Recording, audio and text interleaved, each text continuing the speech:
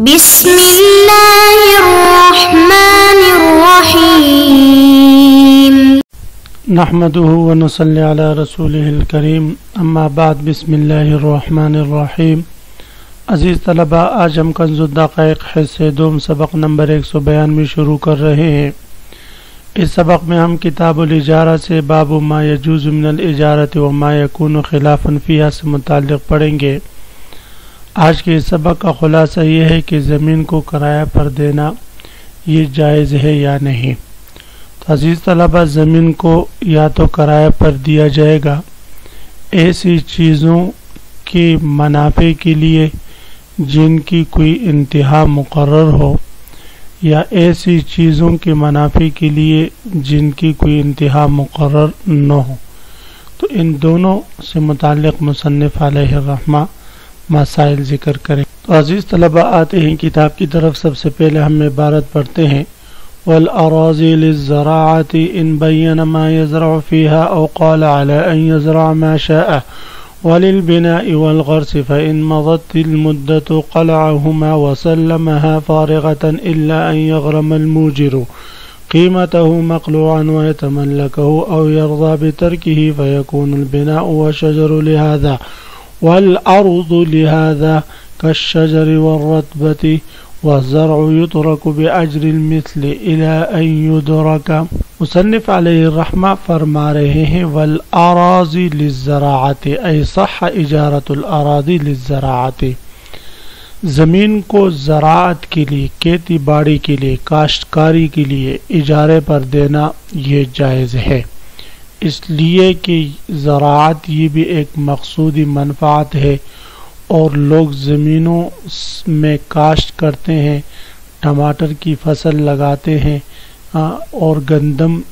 وغیرہ بوتے ہیں، اسی طرح اور بہت سارے منافع زمینوں سے حاصل کرتے ہیں۔ تو ان منافع کے حصول کے لیے زمینوں کو کرایہ پر دینا یہ جائز ہے۔ ان بین ما یزرع فیہا، اگر بیان کر دے کہ ما یزرع فیہا، مستاجر اس زمین میں کس چیز کو زراعت کرے گا، یعنی مستاجر نے اگر بیان کر دیا کہ میں یہ زمین آپ سے کرائے پر لے رہا ہوں گندم کی فصل لگانے کے لیے، یا چاول کی فصل لگانے کے لیے، یا آلو کی فصل لگانے کے لیے، یا ٹماٹر لگانے کے لیے، تو ایسی صورت میں زمین کو کرائے پر دینا یہ جائز ہوگا۔ یہاں پر ان بین ما یزرع فیہا کی قید لگائی، گویا یہ شرط ہے کس چیز کی زراعت کے لیے وہ لے رہا ہے، اس لیے کہ مختلف چیزوں کے زراعت سے زمین میں بھی اختلاف آتا ہے۔ زمین میں اگر چاول کاشت کر لیا تو پھر اس میں گندم اور جوار نہیں ہوتا، اس لیے کہ چاول میں بہت زیادہ پانی لگتا ہے اور وہ کثیر پانی سے زمین نرم ہو جاتی ہے، پھر اس میں عام طور پر 1 سال تک دوسری فصل لگانا مشکل ہو جاتا ہے۔ اسی طرح اگر کسی ایسی چیز کی فصل لگائی، گنے کی فصل لگائی مثلا، تو اب وہ گنا 2 سال 3 سال تک اس میں برقرار رہے گا، تو اس وجہ سے زمین کے جو پیداوار ہے یا زمین میں جو پیداوار کی صلاحیت ہے اس میں بھی کمی آتی ہے۔ تو اس لیے جو چیز اس میں زراعت کرے گا اس کا بیان ضروری ہے، اس کا بیان کرنا یہ ضروری ہے۔ او قال علی ان یزرع ما شاء، ہاں اگر مستاجر نے اس کو کہا ہو، موجر کو کہا ہو کہ ان یزرع ما شاء، مستاجر جو چیز چاہے اپنے لیے زراعت کرے، کاشت کرے، تو اس میں کوئی حرج نہیں۔ اس صورت میں اگر اس کو کل اجازت دے دی موجر نے، تو مستاجر کو پھر اختیار ہوگا جو چاہے اس میں زراعت کرے، کاشتکاری کرے، اس کے لیے کوئی ممانعت نہیں۔ لیکن عزیز طلبہ، اس میں ضروری ہے کہ زمین کی یہ زراعت یا زمین کا یہ اجارہ ایسی چیز کے لیے ہو جو چیز اس زمین کی عین سے حاصل نہ کی جاتی ہو۔ مثلا اگر کسی نے زمین اجارہ پر دیا کہ مستاجر اسے اپنے لیے بلاک بنائے، اینٹیں بنائے، تو یہ جائز نہیں، اس لیے کہ یہ حصول منفعت کے لیے نہیں ہے، جبکہ اجارہ تو حصول منفعت کا نام، یہ تو حصول عین ہے۔ یہ کیا ہے بھائی؟ حصول عین، اس لیے یہ جائز نہیں ہوگا۔ وللبناء والغرس، یہ فرماتے ہیں اب مصنف علیہ الرحمہ کہ زمین کو اجارے پر دینا ایسی چیز کے لیے کہ جو اس میں کاشت وغیرہ کرے، تو آپ کاشتکاری کرنا، ٹماٹر کی فصل لگانا یا گندم کی فصل لگانا، یہ ایسی چیزیں ہیں کہ جن کی کوئی انتہا مقرر ہوتا ہے، اور ٹماٹر کی فصل 3 مہینے تک رہتی ہے، چاول کی فصل 6 مہینے تک، گندم کی فصل 6 مہینے تک کبھی، اور ایسی چیزوں کو کرایہ پر دینا بھی جائز ہے کہ جس کی کوئی انتہا مقرر نہ ہو۔ مثلا زمین کرایہ پر لے لی تعمیر کے لیے کہ میں اس پر اپنے لیے دکان بناتا ہوں، یا زمین کرایہ پر لے لی غرض کے لیے، درخت لگانے کے لیے کہ میں اس میں اپنے لیے باغ لگاتا ہوں، تو یہ بھی جائز ہے۔ وللبناء والغرس، اسی طرح زمین کو کرایہ پر دینا تعمیر کے لیے، والغرس اور درخت لگانے کے لیے۔ غرس یغرس، غرسن کا معنی ہے درخت لگانا۔ تو اب تعمیر اور درخت لگانے کے لیے دیا زمین کو کرایہ پر، مثلا 10 سال کے اجارہ پر دیا، اس نے زبردست تعمیر بنائی، زبردست باغ اس میں لگایا درختوں کا۔ فَإِن مَضَتِ الْمُدَّةُ، پھر جو اجارہ کا مدت مقررہ تھا 10 سال وہ گزر گیا، قَلَعُهُمَا وَسَلَّمَهُمَا، تو اب کیا ذمہ داری ہے بھئی؟ تو اب موجر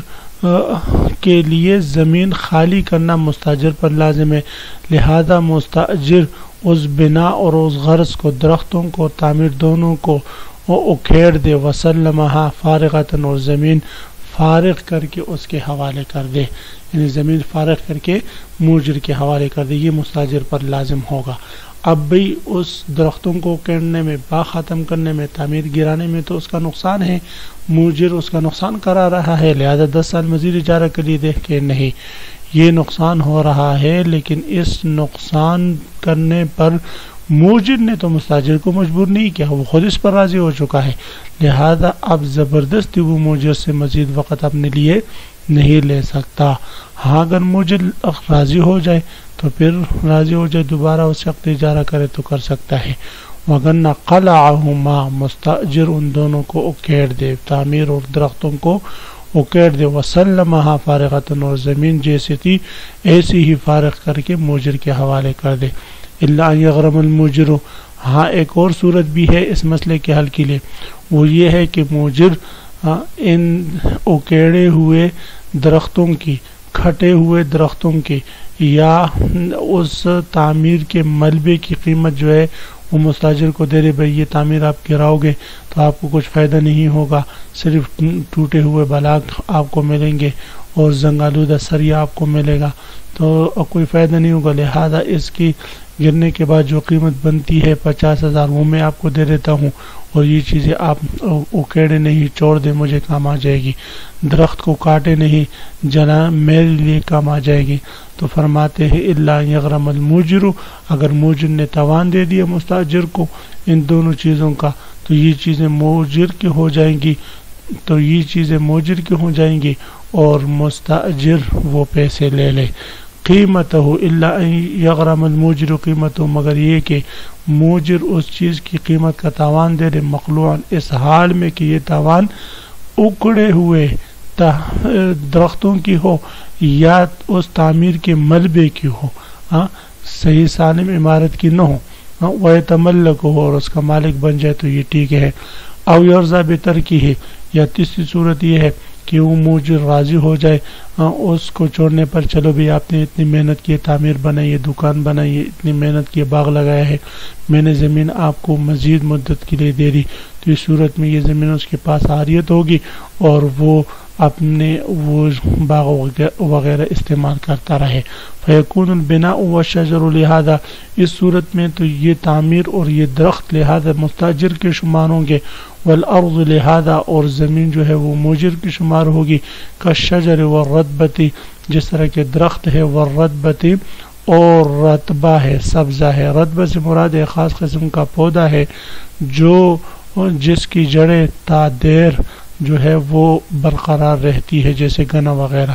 تو یہ چیزیں ہوں تو فرماتے ہیں یہ اس میں رہے گی اور اس کا فائدہ مستاجر کو ہوگا، اور یہ چیزیں مستاجر کی ملکیت شمار ہوگی، اور وہ درخت زمین جو ہے وہ موجر کی شمار ہوگی۔ وَالزَّرْعُ يُتْرَكُ بِأَجْرٍ مِثْلِهِ، فرماتے ہیں یہ مسئلہ تو درخت اور رتبہ وغیرہ کا ہے. ہاں اگر کہتی ہے مثلا زمین اجارہ پر لی 6 مہینے کے لیے، 1 مہینے تک وہ اس نے فصل اس میں گندم کا نہیں لگایا،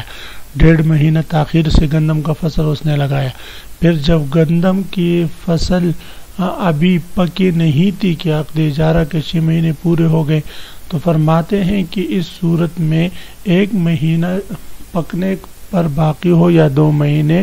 اس کاشت کے پکنے میں باقی ہو، تو اس کاشت کو پکنے کے وقت تک رکھا جائے گا. مالک کو، مستاجر کو مجبور نہیں کیا جائے گا کہ وہ سب کاشت کو، فصل کو کاٹ کر لے جائے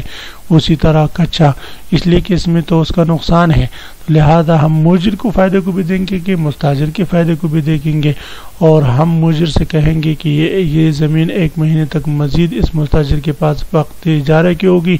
اور اس صورت میں مؤجر کا بھی فائدہ ہو جائے گا، مستاجر کا بھی. مؤجر کا فائدہ تو یہ ہو جائے گا کہ اس کو 1 مہینے کی مزید کرایہ مل جائے گا، مستاجر کا فائدہ یہ ہوگا کہ اس کو اس کی فصل پک کر مل جائے گی. وَالزَّرْعُ يُتْرَكُ، اور کھیتی چھوڑی جائے گی بِأَجْرِ الْمِثْلِ، اجر مثل کے ساتھ، اِلَىٰ أَن يُدْرَكَ، یہاں تک کہ وہ خوب پک جائے، یہاں تک کہ وہ خوب